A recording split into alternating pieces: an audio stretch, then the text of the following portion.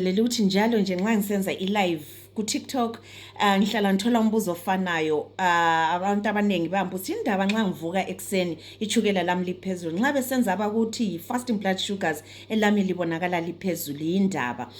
Very good question esengicabanga ukuthi ngenza ivideo ngiye-answer sikhulume ngento okuthiwa yi-Dawn phenomenon. Okuyenzakala kuwe ukuzichukela libe phezulu ukuthi you're going through i-Dawn phenomenon. Wonke umuntu goes through that process. Bayibiza bathi phenomenon because kwakuyinto engazwisisekiyo. Umzimba naturally around 3 a.m. to 8 a.m. uya prepare for waking up. Yeah?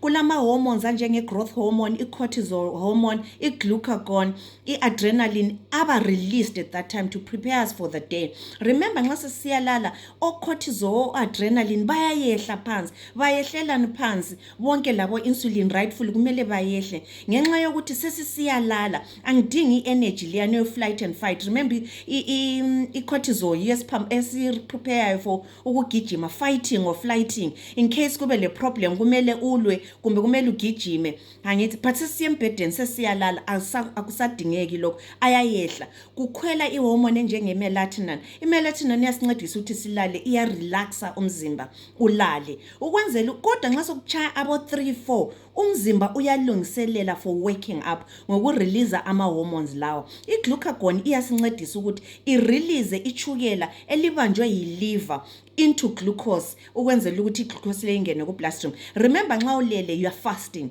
Kulabantu abake bethi mina vela ngifast. Nxa kuyikuthi uyalala ungalali usidla, ungalali uhlafuna, uku-fasting period. Ngasona siyani isikhathi ufasta. Okwenza ekseni sivuke silokhe sile energy. Nxa silitshela ukuthi thina siyavuka siye gym senze konke singadlanga i-breakfast until later sivumela nje ukuthi umzimba ukwanise ukusebenzisa i-glucose leyana akade igcwele ku-liver isibindi.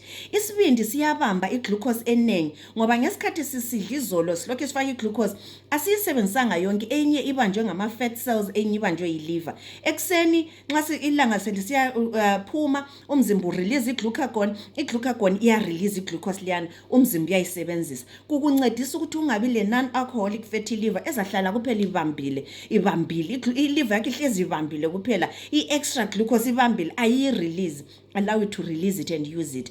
Right. I-growth hormone vele is for metabolism le growth. Ebantwaneni yabancedisa ukuthi bekhule, thina abadala mebevele sesikhulile kwakwana yasincedisa for metabolism. I-hormone liyana siyayidinga nxa sokusiya kusa. I-cortisol sifunakala ngithe iyehlile sesiyalala. Khathesi sifunakala. Nekwanisa ukuthi uphaphama ubone nansi inyoka. Uzabe lokho sithi nansi inyoka. Angithi umele uyeqe maye udinga into uyichaye. I-energy yona leyana uyithatha ngapha kungenxa ukuthi umzimba usu-release i-cortisol. I-adrenaline it helps us with that energy. Iyafunakala i-energy. Usuvuka kathesi. Asifuni ukuthi uvuke lesikubiza ngokuthi yi-morning brain fog.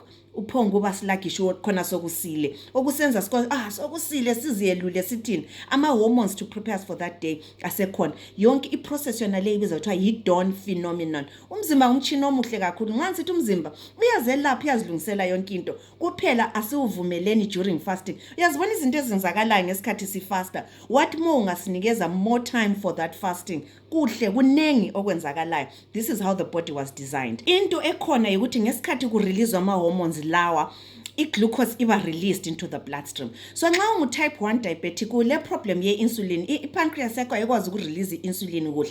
So ugcina usulethukela leliyana eliningi ekseni. Kodwa kakhulu I focus on type 2 ngiyaxolisa abo type 1. I'm more specialized on type 2, on metabolic health, on insulin resistance. U-type 2 vele ngu-insulin resistant. U-pre-diabetic ngu-insulin resistant.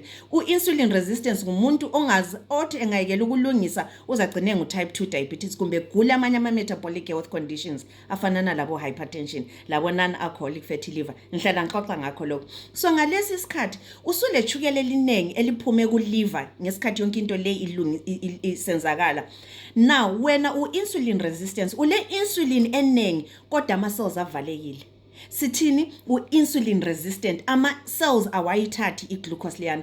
Nxa ama-cells engayithathi i-glucose liyana ekseni nxa besithi bayachecka so buye clinic ngo 9 a.m. sithi siyathi ayichukela lakho linengi. Right. So ngifuna uku-understand ukuthi hayi asiso simanga ungayethukuthi kanti kwenzakalani. Yiyo into eyenzakeleyo. It's a natural process and iyenzakala ku-everybody.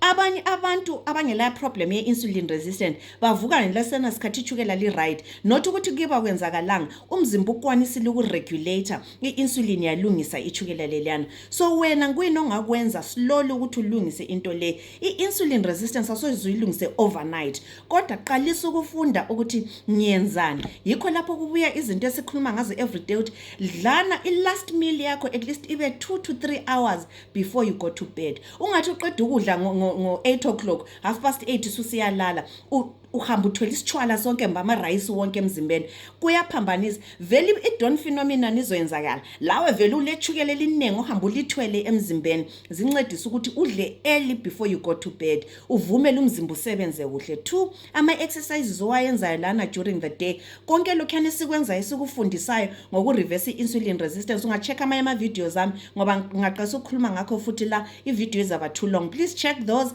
Plus ngizahlala ndokhe ngiletha okunye about it. Insulin resistance is my topic, ngiyayithanda, ngizakhuluma ngayo. So check out for more videos. Kodwa kade ngikufuna ukuthi uku-understand ukuthi ichukela leli elinengi livele nga, ungacabanga ukuthi balale bekuloya. Ngiyabonga.